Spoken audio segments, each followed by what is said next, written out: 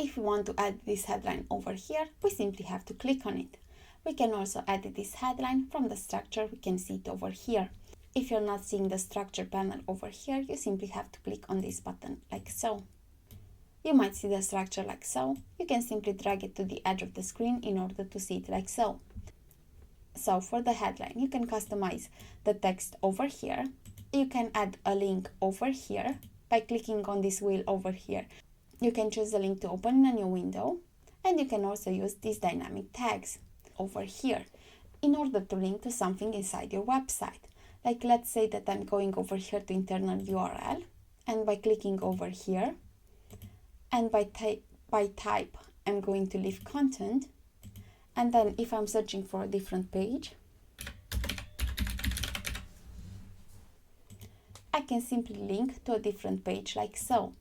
So now if I'm clicking over here on this eye and clicking on blog name, it's going to take me to the episodes page. And you can also choose the HTML tag over here. And if you want to edit the title with AI, you can simply click over here to edit with AI. Because we already have some text over here, we also see the text over here. So we can access those options over here, like simplify language, make it longer, make it shorter, fix spelling and grammar, change the tone if we want to, and translate to a different language if we want to. If we want to create a text using a prompt, we simply have to click over here to new prompt. And then we have to describe the text and the tone we want to use. And then by simply clicking on generate text, we are going to have a new text. By going to style over here, we can choose the alignment of the text inside its own container. You can see it like so.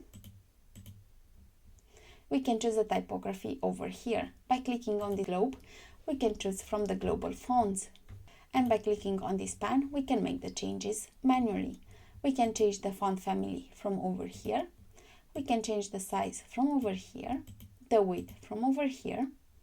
We can transform it uppercase, lowercase, or capitalize. We can have it italic if we want to, and we can decorate it if we want to, like so. And then the line height. This is important if we have multiple lines of text. So let's edit this with AI. Let's make it longer. And let's use this text. So now we have multiple lines of text. So by going back to style, and by going on this pen over here to line height, I like to use AM over here. And then you can choose the line height like so. So basically, if you're seeing the text overlapping itself, you have to make the changes over here. You can choose how you want it to have it, as pixel or as EM. Then we have the letter spacing, like so,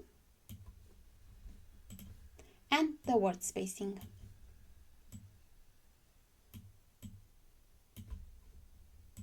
Like so. Then we have a text stroke. Let's make it a bit bigger.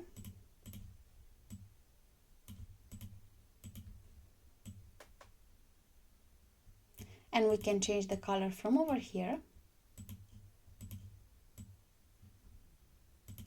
Okay. And a text shadow. We can change the shadow color from over here. Here we can change the color, and from over here as well, and the opacity from over here. Then we have some settings over here like the blur and the distance. We can create some cool effects like so. We have some blend mode. And over here we have the text color, like so. And we also have the option to change the text color on hover. So now, if someone hovers with the mouse over the text, the color is going to change. And we can choose the transition duration over here, like so.